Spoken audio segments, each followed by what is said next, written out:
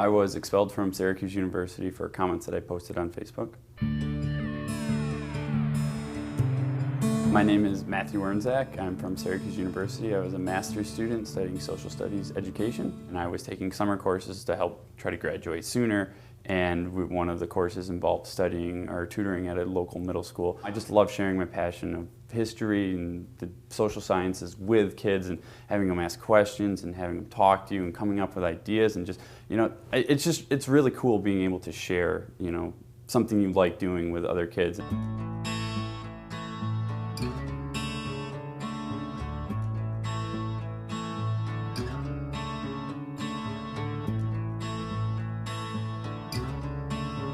We were introduced as these are the two student teachers or teachers helping us from Syracuse.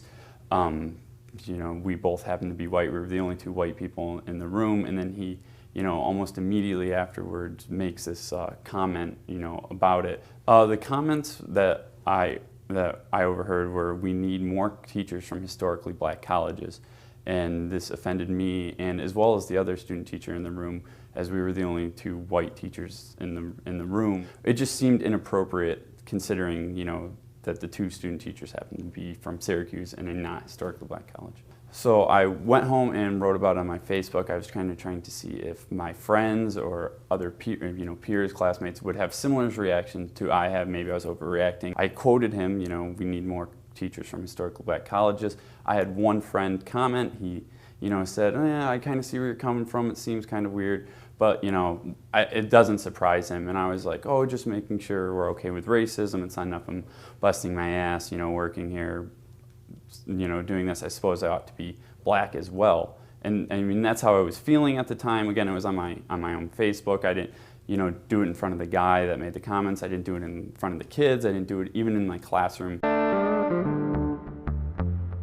After I posted the comments on Facebook, a week or so goes by, and I'm alerted by my professor of the class who was working with us at the school that it's come to their attention that I need to speak with her and the principal of the school about these comments. The day before I was expected to go out and begin my student teaching, literally the day before, they told me that I was not allowed to do that because of these comments, and they were trying to come up with disciplinary action or what to do with me or how to deal with my situation.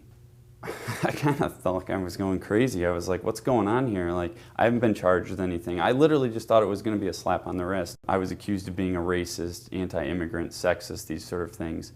And they never really gave me a reason why there was no charges. It was just kind of like, we don't like your political viewpoints. We don't like what you're saying. Seems kind of unprofessional. It seems like you're intolerant. And they just kind of threw it against the wall. There were, friends of mine at the colleagues, peers at the school, they just kind of stopped. They stayed away from me. I was given options. I could either expel voluntarily, be administratively withdrawn, or undergo this option of diversity training and sensitivity training, write a paper, and then possibly be readmitted or reconsidered for student teaching in the spring. I just felt crazy and alone. It was an awful feeling. And then, what did I do wrong? I don't think I did anything too wrong. Why am I being punished?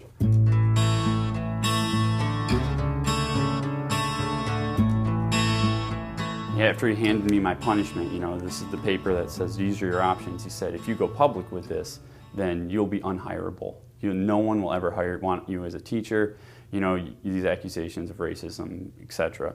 So I was scared, I was really scared, like, that's a serious concern. After I completed all the requirements that they had, and they were still dragging their feet, they didn't seem like they wanted me back in, even though I satisfied everything, I did everything they asked. And finally, I had enough of it. I was like, I'm gonna stand up for myself. I'm not going to be a teacher if I don't get my degree, so I might as well at least take the chance, and maybe people will respect that I stood up. So I contacted fire, when it seemed like I wasn't going to be back in time for my spring semester.